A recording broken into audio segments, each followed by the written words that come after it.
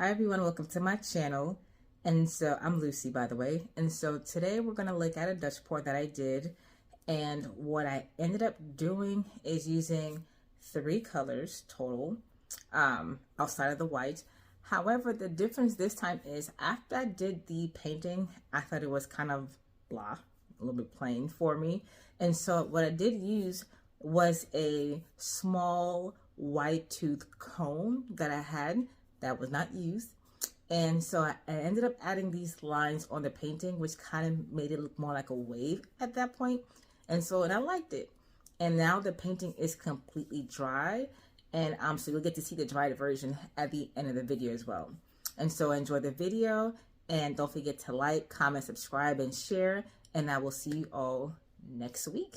All right.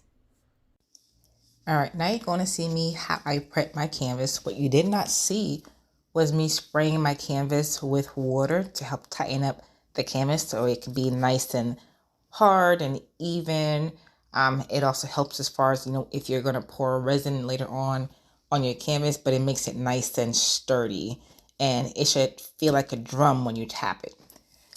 Now I'm only putting some big jumbo push pins on the back and pushing them with a hammer.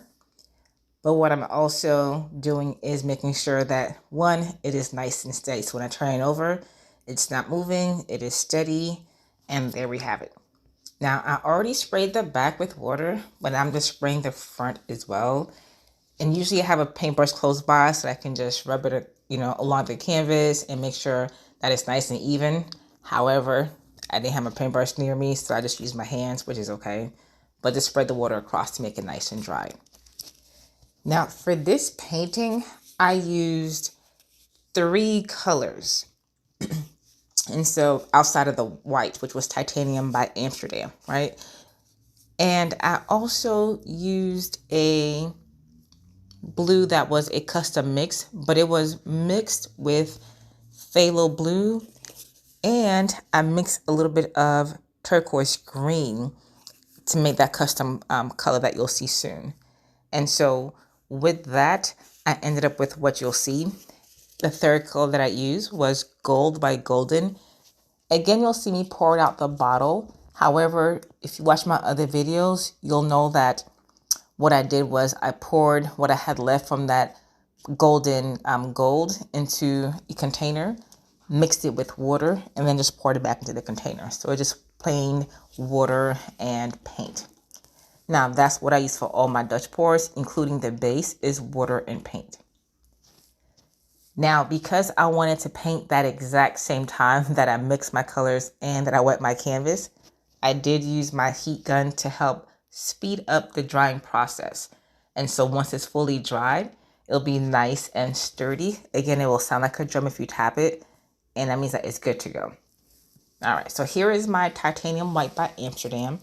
I'll spread it across there. You'll see me making sure that the whole canvas is covered, including the sides.